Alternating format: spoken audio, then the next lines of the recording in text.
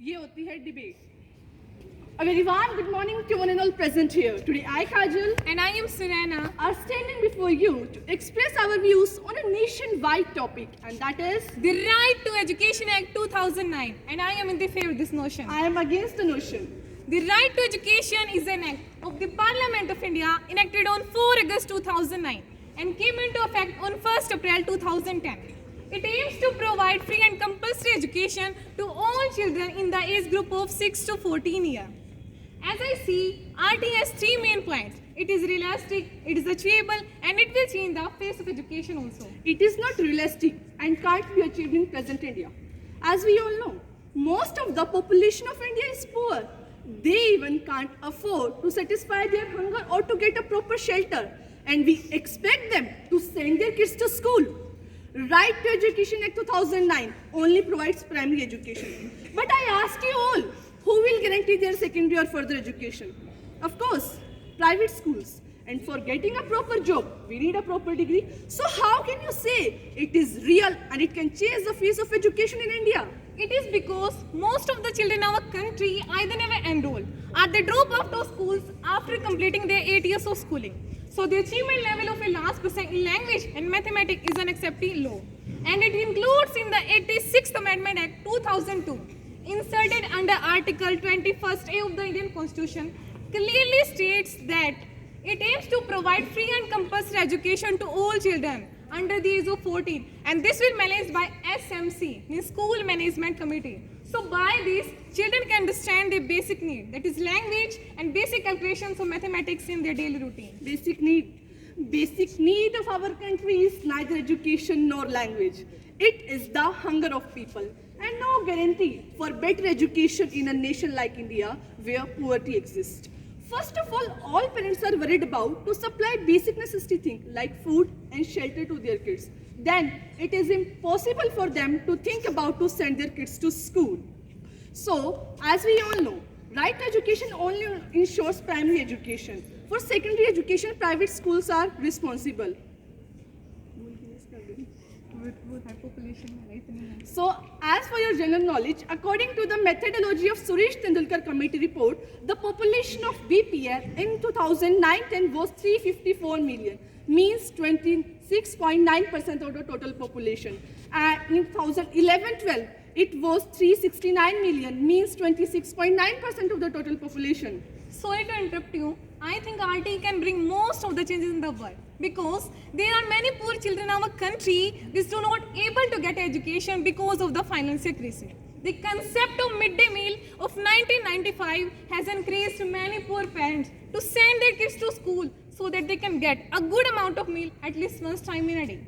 And on the other hand, our government also supplies basic need, that is food, clothes and shelter to the children so that they can go to school without facing any difficulties in their schooling. You are saying that children get meals once in a day.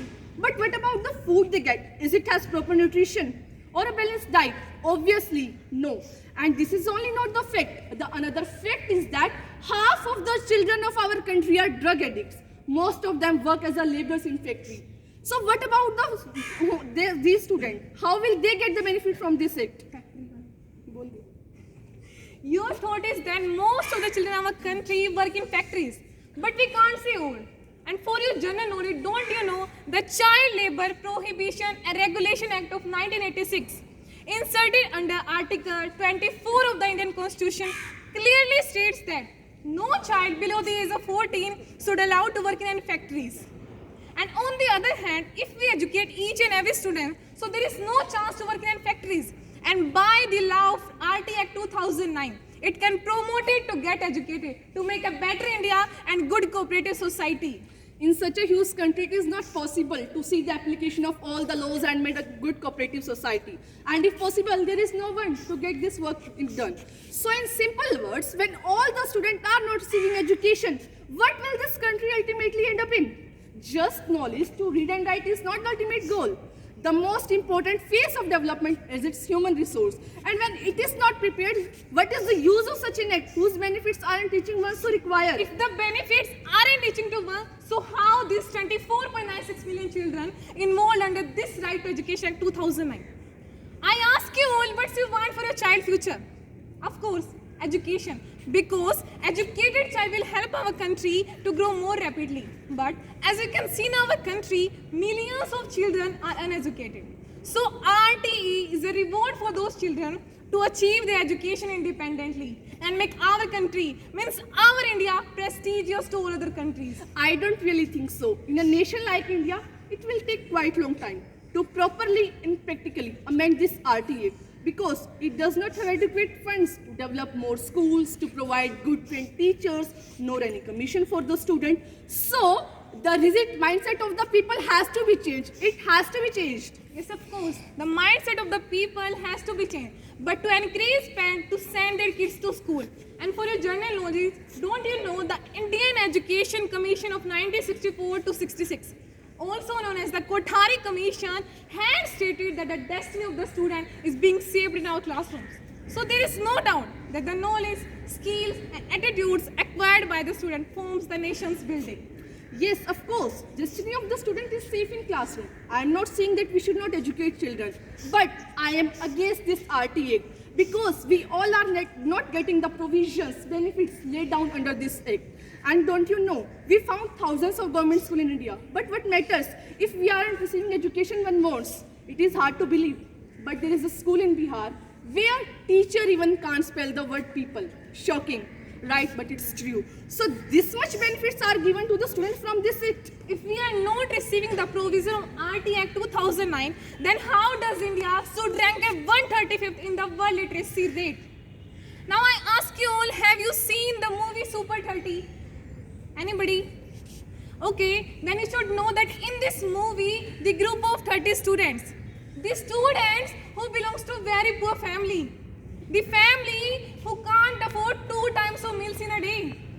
The students of those families has the power, dedication, determination to shine their name in this world. And this could only be done by this right to education Act 2009. At last, I want to say just one thing to all of you, that education is the fundamental right of every student.